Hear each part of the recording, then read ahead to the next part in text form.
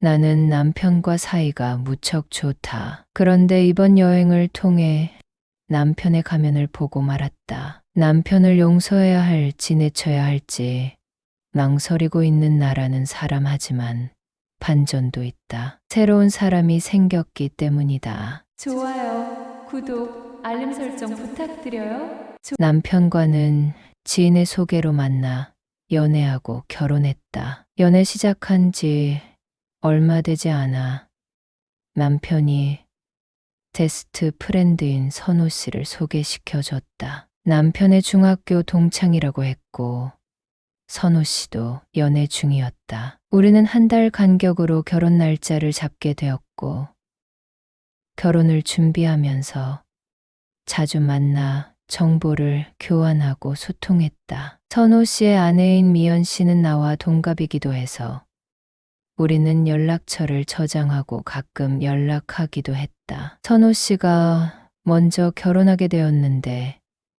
집들이 때 선물을 사들고 가서 놀다 오기도 했다. 선호 씨는 우리 집과 차로 30분 거리에 있는 곳에 살고 있었는데 편하게 서로의 집을 오가며 게임을 하기도 했고 영화관에서 만나 더블 데이트를 하기도 했다. 부모님이 보내주시는 농산물을 나눠 먹기도 하고 무척 친하게 지냈다. 남편은 술을 매우 좋아했는데 선호 씨 와이프도 같은 타입이었다. 선호 씨는 술자리에서 음료수를 마시는 스타일이었고 선호 씨 와이프는 술이 빠지면 서운하다며 매번 반주를 했다. 선호 씨는 그런 미연 씨가 무척 걱정이라고 했고 나 역시 남편의 장점이 아주 많은 사람인데 음주 문제는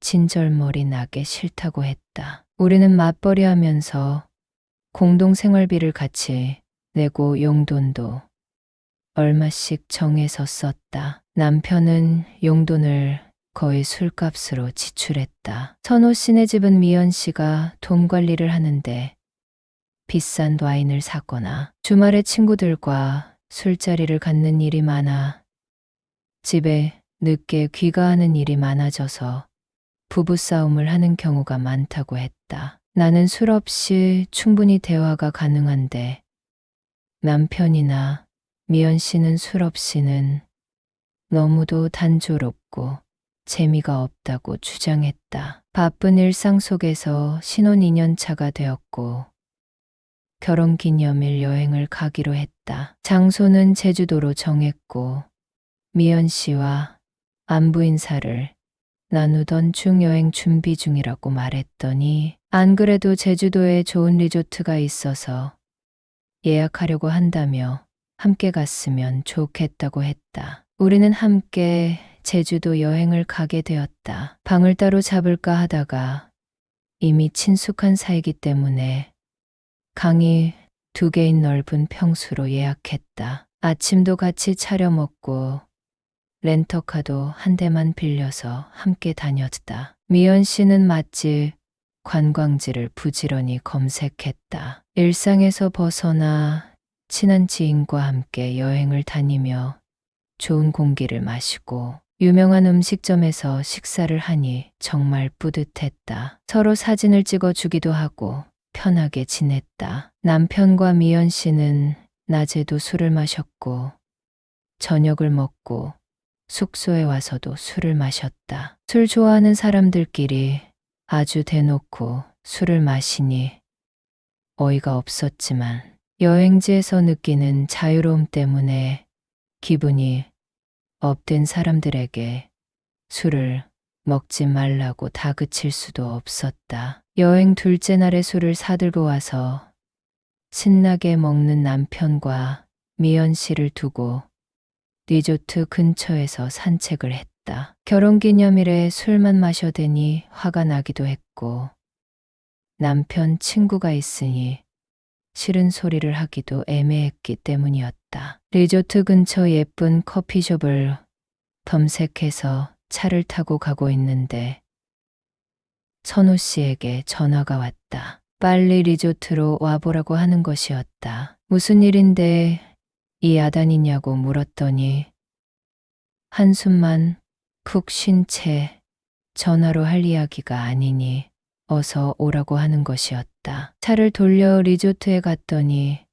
선호 씨가 로비에 나와 있었다. 잠시 앉아 보라고 하더니 휴대폰을 보여주는 것이었다. 놀랍게도 남편과 미연 씨가 다정한 포즈로 찍은 사진이 여러 장 있었다. 미연 씨가 술 마시다가 잠시 화장실에 들어갔고 남편은 안주를 사러 편의점에 간다고 했는데 예연 씨의 휴대폰 사진첩이 열려 있어서 잠깐 넘겨봤다고 한다. 그런데 남편과 함께 찍은 사진을 보게 되었고 떨리는 손으로 사진을 찍었다고 했다. 그리고 미연 씨가 눈치채지 않게 나와서 전화를 했다고 했고 너무 화가 나 진정이 되지 않는다고 했다. 게다가 메시지를 보니 애인들이 사용하는 표현이 있었다고 한다. 미연 씨가 야근한다고 하던 날 남편을 만났던 것 같다고 했다. 며칠 전 저녁에 갑자기 야근을 해야 한다고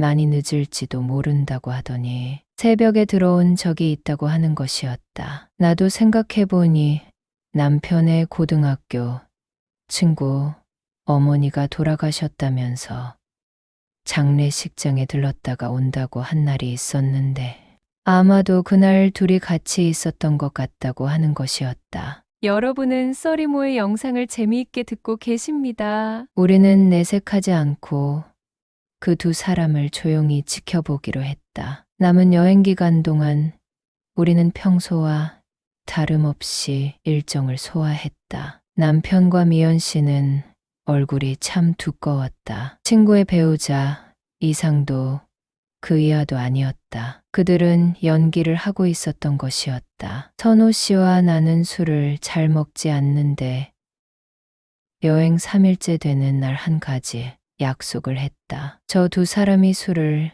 마실 때 같이 마시자고 말이다. 두 사람이 술을 좋아한다고 둘이 마시도록 방치한 것도 잘못이니 우리가 자리를 함께 하면서 무슨 얘기를 나누는지 지켜보자고 했다. 남편은 내가 술자리를 함께 하니 이게 웬일이냐며 달가워하지 않는 모습이었지만 나는 꿋꿋이 남편 옆자리를 지켰다. 선호 씨도 마찬가지였다. 술을 마시는 척하면서 그들을 조용히 지켜봤다. 두 사람은 점점 술이 오르기 시작하더니 졸리다고 자야겠다고 하면서 각자 방에 들어갔다. 나는 방에 들어가서 남편의 휴대폰을 열었다. 그동안 패턴을 공유했고 한 번도 패턴을 열어서 남편의 휴대폰을 본 적은 없었다. 그만큼 남편을 신뢰했기 때문이었다. 놀랍게도 선호 씨가 보여준 사진과 나에게는 하지도 않았던 낯뜨거운 메시지들이 가득 차 있었다. 나는 그 증거들을 내 폰으로 모두 저장했고 남편 옆에 누워 자는 채 했다. 이것 또한 선호 씨와 약속한 것이었다. 선호 씨는 거실 소파에서 자는 채 하기로 했다. 두 사람이 숙소에서 잠시라도 같이 있는 것을 보게 된다면 증거를 남기기로 했기 때문이었다. 나는 남편 옆에서 자는 척했고 남편은 어느새 일어나서 휴대폰을 만지작거리더니 슬그머니 일어나서 미연 씨가 있는 방으로 들어갔다. 선호 씨도 거실 불을 끄고 자는 채하고 있었고 남편이 방에서 나와 미연 씨 혼자 자고 있는 방에 들어가는 것을 다 봤다. 남편과 미연 씨는 배우자가 자고 있다고 굳게 믿고 있었고 미연 씨 방에서 남녀 간의 사랑을 나누는 소리가 들렸다. 선호 씨와 나는 너무도 분노했다. 그때 선호 씨가 우리도 사고 칠까요?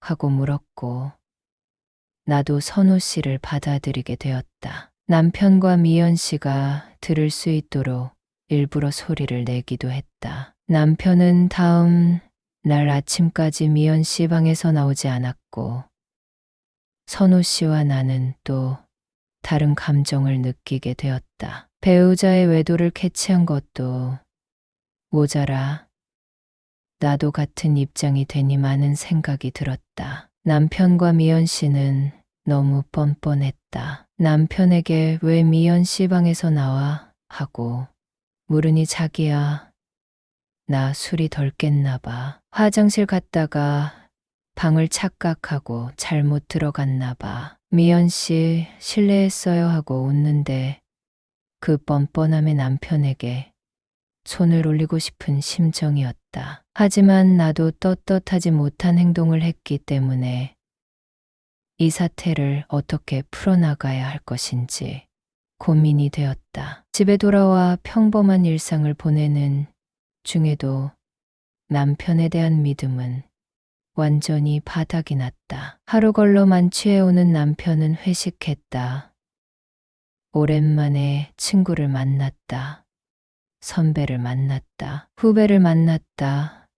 부장님이 따로 불러서 술을 사주시니 거절할 수 없다는 등 온갖 핑계를 대며 집에 늦게 들어오기 시작했다. 선호 씨와는 매일 연락하는 사이가 되었고, 이현 씨도 남편만큼 매일 늦게 들어온다는 소식을 전해 들었다. 남편은 나에게 들키지 않기 위해 현금을 썼다. 남편은 부부관계도 소원해지기 시작했다. 미연 씨와 언제부터 그런 사이가 되었는지는 몰라도 요즘은 나를 속아 달 쳐다보듯 대하는 것이 너무 괘씸했다. 한때 호기심이겠지. 둘이 술을 좋아하니 개인적으로 만나서 술 한잔 하다가 실수한 것이겠지라고 생각했지만 둘은 끝날 기미가 보이지 않았다. 남편이 웬일로 일찍 들어온 날 나는 남편에게 할 말이 있다고 했다. 저녁 설거지를 마치고 남편에게 우리 이렇게 사는 게 맞다고 생각해? 라고 물었더니 남편은 뻔뻔한 표정으로 뭐가 어때서? 라고 대답했다. 나는 문자 메시지 캡처한 것, 미연 씨와 찍은 사진을 보여줬다. 남편에게 둘 사이를 끝내고 빨리 돌아오라고 했다. 남편은 며칠간 아무 말도 하지 않았다. 사과도 부정도 해명도 하지 않았다. 선호 씨도 같은 시기에 미연 씨에게 같은 이야기를 했단다. 며칠 후 남편은 평소와 마찬가지로 술이 떡이 돼서 집에 들어왔다. 직립보행이 아닌 내 발로 기어 들어왔다. 그날 나에게 미연 씨와 만남을 가진 것에 대해 처음으로 사과했다. 하지만 정리하려면 시간이 좀 걸릴 것 같다고 했다. 나는 남편의 뻔뻔함에 이제 내 마음대로 살 거라고 했다. 나도 선호 씨랑 만나고 있다고 했다. 이왕 다 아는 사이니 같이 만나서 즐기자고 했다. 나를 이렇게 만든 건 당신이라고 했더니 아무 말도 하지 못했다. 그리고 그날 밤 남편은 집을 나갔고 우리는 지금 별거 중이다. 남편은 시댁에서 회사를 다니고 있고 나는 선호 씨와 편하게 만나고 있다. 미연 씨도 친정에서 회사를 다니고 있다고 한다. 남편과 선호 씨는 서로 연락을 하지 않는다고 한다. 별거가 곧 이혼으로 연결된다는 사실은 누구나 아는 사실이다. 젊은 청춘 남녀가 어쩌다가 이런 지경까지 왔는지 너무도 마음이 아프다. 남편을 버리고 선호 씨를 선택해야 할지 아직은 잘 모르겠다.